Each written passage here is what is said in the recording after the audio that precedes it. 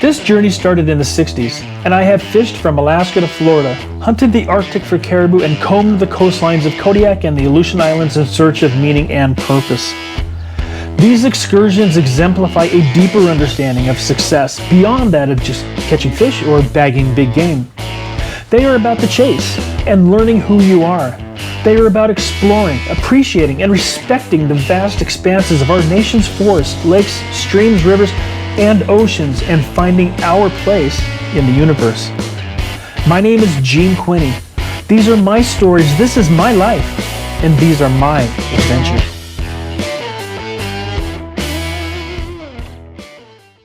I haven't been here since I was a kid. I'll tell you the story when I get on the water, but we are gonna troll around this lake over where those ducks are over there. We're gonna try to catch a trout. We're gonna pull some flies with my fly rod. We're gonna use the little boat that I used back when I was 10 years old, and we're gonna go all the way down on the other end of the lake, looking for some perch, maybe a bass, maybe a trout. There's a creek up there, and we're gonna do some crawler-dogging. Stick with me, it's a brand new fishing method I'm gonna tell you about. And it's a duck haven up there, so I wouldn't be surprised if we run into thousands of ducks. But it's awesome up there. It's about 1.5 miles that direction, and it is going to be fun. So stick with me.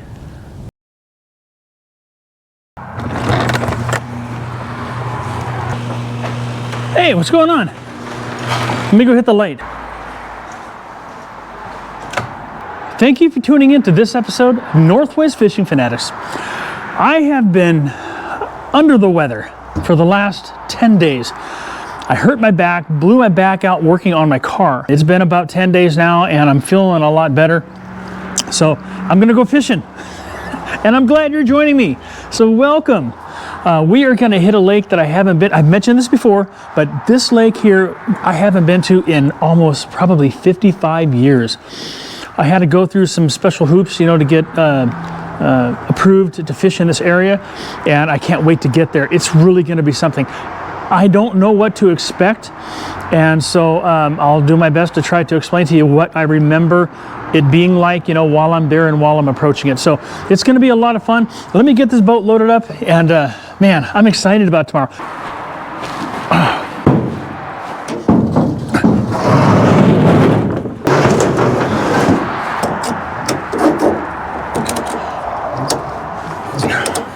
I've got to use a online website to check into this location so they know exactly who and how many people are there at any given time. So I'll get back to you, okay? I gotta drive.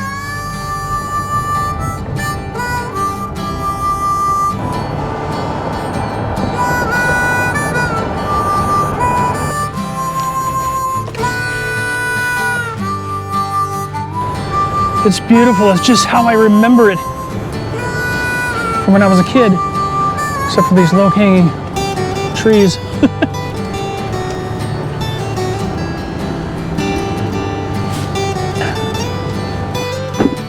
We'll get this sucker unloaded. I've got the whole entire lake to myself. Growing up, used to fish it all the time, me and my dad.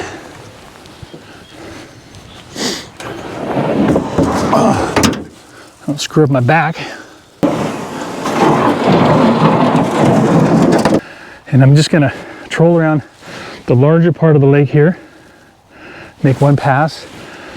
We always did that when I was a kid. And I remember that a couple of things that are a little bit different is the far end of the lake down here used to have a lot of stumps. And I'll take a trip down there, but we used to catch a lot of bass and perch down there on the other end. Oh my God. It's absolutely gorgeous here. Small lake. I don't even know the size of it. In that last video when I was fishing Carlisle Lake, talking about the sound that I remember as a kid, where the trout would, you know, you'd have your rod down like this, and then all of a sudden you'd hear, you know, this as the trout is hitting it. I want to hear that sound again. If nothing else happens, I want to hear that sound, even if I'm stuck on a lily pad. No, I'm just kidding. I do want to get this. Oh, let me show you what I have on here. Number one. Okay. I got about an 8-foot leader, tapered leader, and I mentioned I tie my own tapered leaders, and I've got this little mosquito. It's about a number 12. Let me show you here. Hopefully you can see that. About a number 12 mosquito, and I tie all these myself. Wow, there goes that seed again. There goes that seed again, making bloody noise when I don't want it. Okay, let me get this fly out there a significant amount of distance. Okay. Now that fly, I can see it out there, is just sitting beautifully on the top of the water. And I am just going to troll around in solitude and wait for a fish to hit.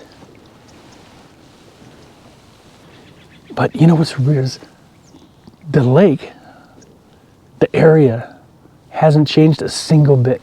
But when I was a kid growing up in the 70s, this is where my dad used to take me.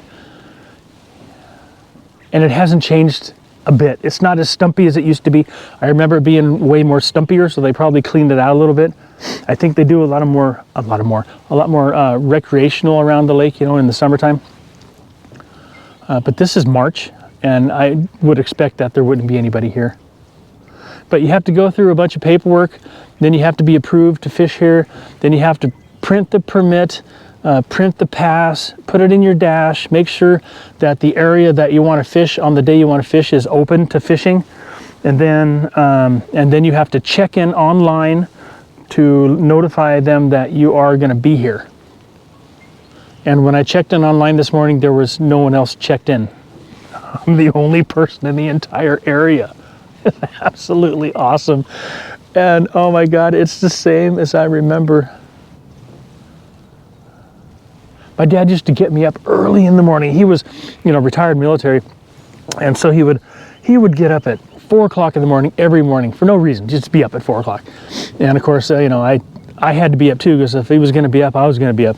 I was his partner, and so we would come out, and every time we went fishing, he'd always have a thermos of coffee for him and a thermos of bouillon, chicken bouillon for me. Yeah, see, this end of the lake here used to be really super stumpy. And there's no stumps anymore. But back to the timing. Back in the 70s, I used to come here all the time. And then I made one trip back in 85 to come here to do some duck hunting.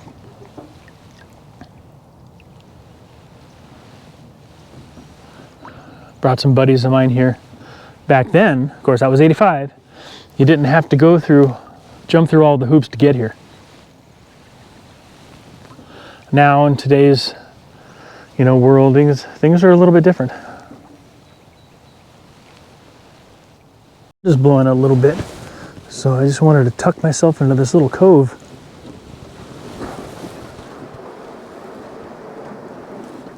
Up into the grass.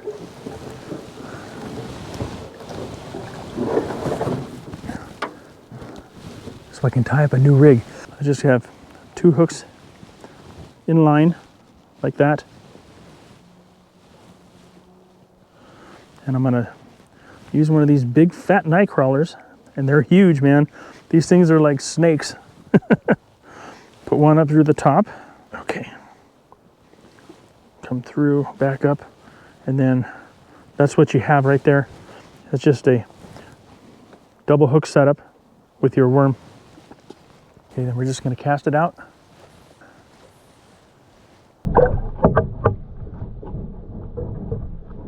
And then let the line coil on the top of the water.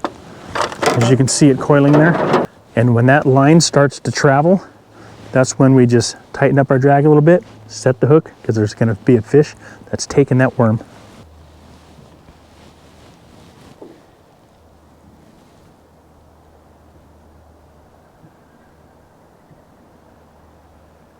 I've determined there are no fish in this little spot. Start moving along the bank here and go to the other side of the lake. Okay, so I think I'm in the creek now, the creek that I was talking about. Now I'm starting to see weed. Let me show you what I'm talking about. Those are the weeds right there I'm talking about. And then you can see, you know, there's algae and other types of vegetation growing on the bottom. I'm going to troll up the creek because I think the conditions here are much better than they are down at the other end of the lake. Plus, I can't, the water is not as crystal clear as it is down there further, so that's a better sign too.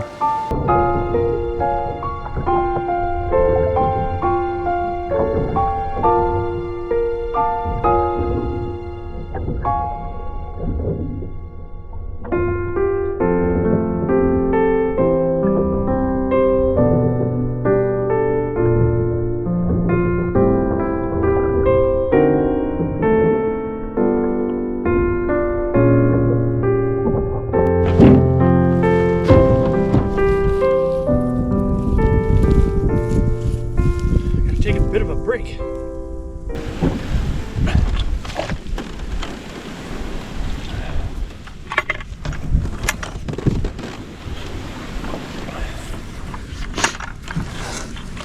Come on, baby.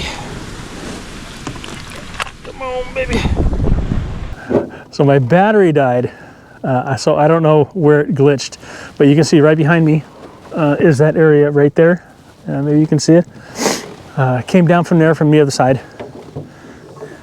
Had Mother Nature was calling. Oh, I forgot to get a split shot. Okay, so I was going to put a split shot on this thing to get it down hanging straight, and then I was just going to let the creek take me down, and I was just going to let the line out behind the boat and let that bobber work that worm down through this creek area. Okay, so I am positioned right now in this creek. I'm off into the weeds, as you can see right here, and the creek is running through here. Now, that area right up there is where I've seen a fish boil twice. And so I'm thinking that there's got to be a trout that's going to hang out in this channel. This is actually about 4 or 5 feet deep right here. And it runs from here all the way down this way, down into the main lakeway down there. So I am going to drift this bobber setup just like I would if I was on the river floating a jig or floating eggs for steelhead.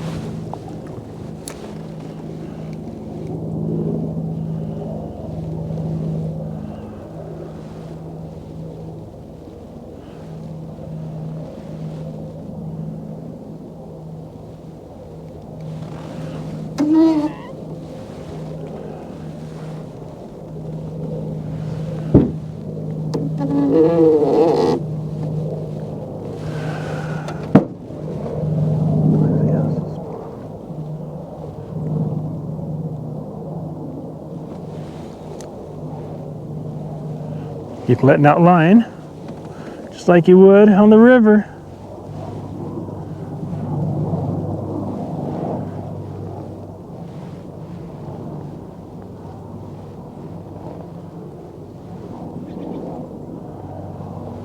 Can't let it get too far down there. Okay.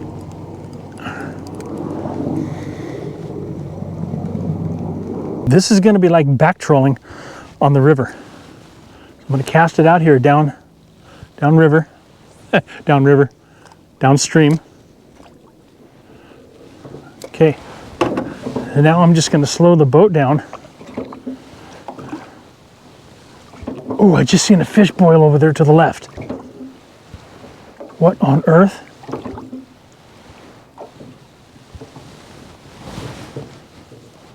Okay, hold on a second. Oh, he's over there boiling. This bobber's not good. There it is right there. See it? Let me go above him. Go above that fish with the float. There is a fish. There's a fish there.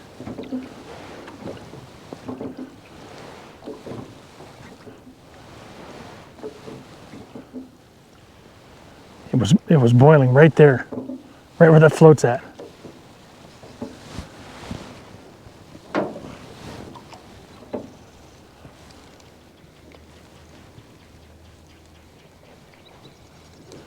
You make a drift through there again. Probably scared it. This big old float on there.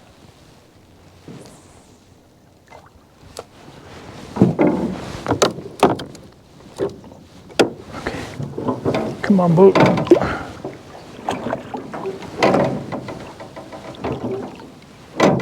Oh my God, come on.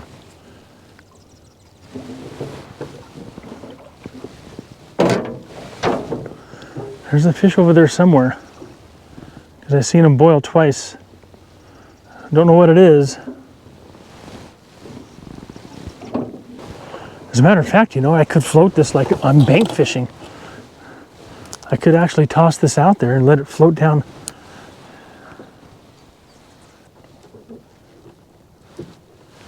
Just let it float down the river. Every once in a while it's going to get hung up in the weeds.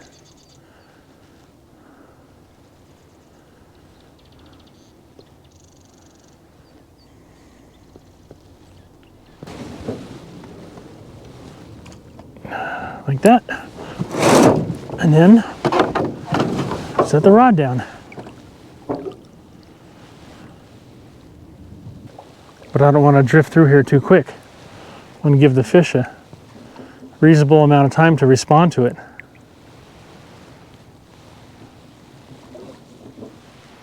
Worm dogging, that's what we're doing. Or, oh, no, Crawler-Doggin, because it's not just a worm.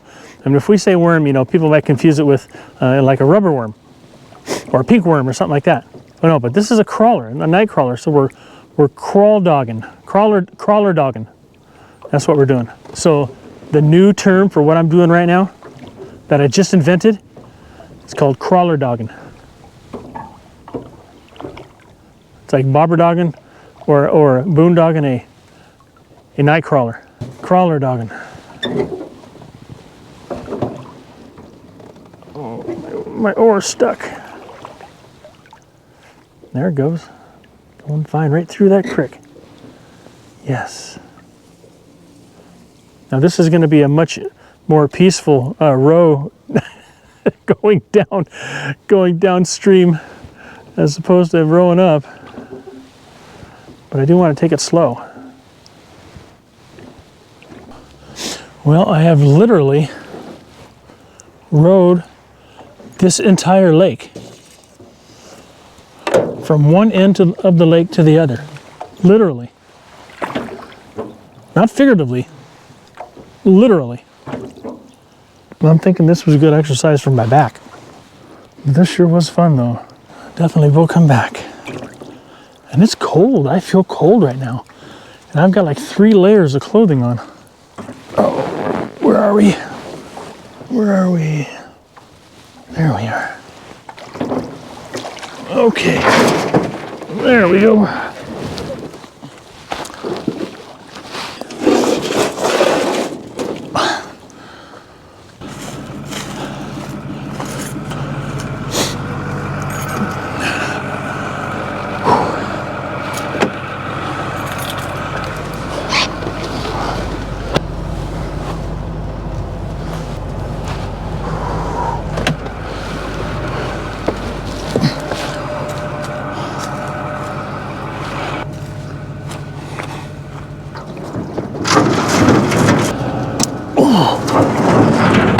Oops, come on, baby.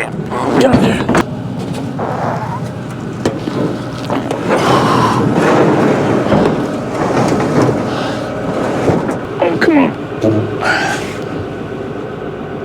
If you liked this video, be sure to check out our other videos where you'll join us on the ocean catching kings and silver salmon, lakes catching kokanee trout and landlocked coho.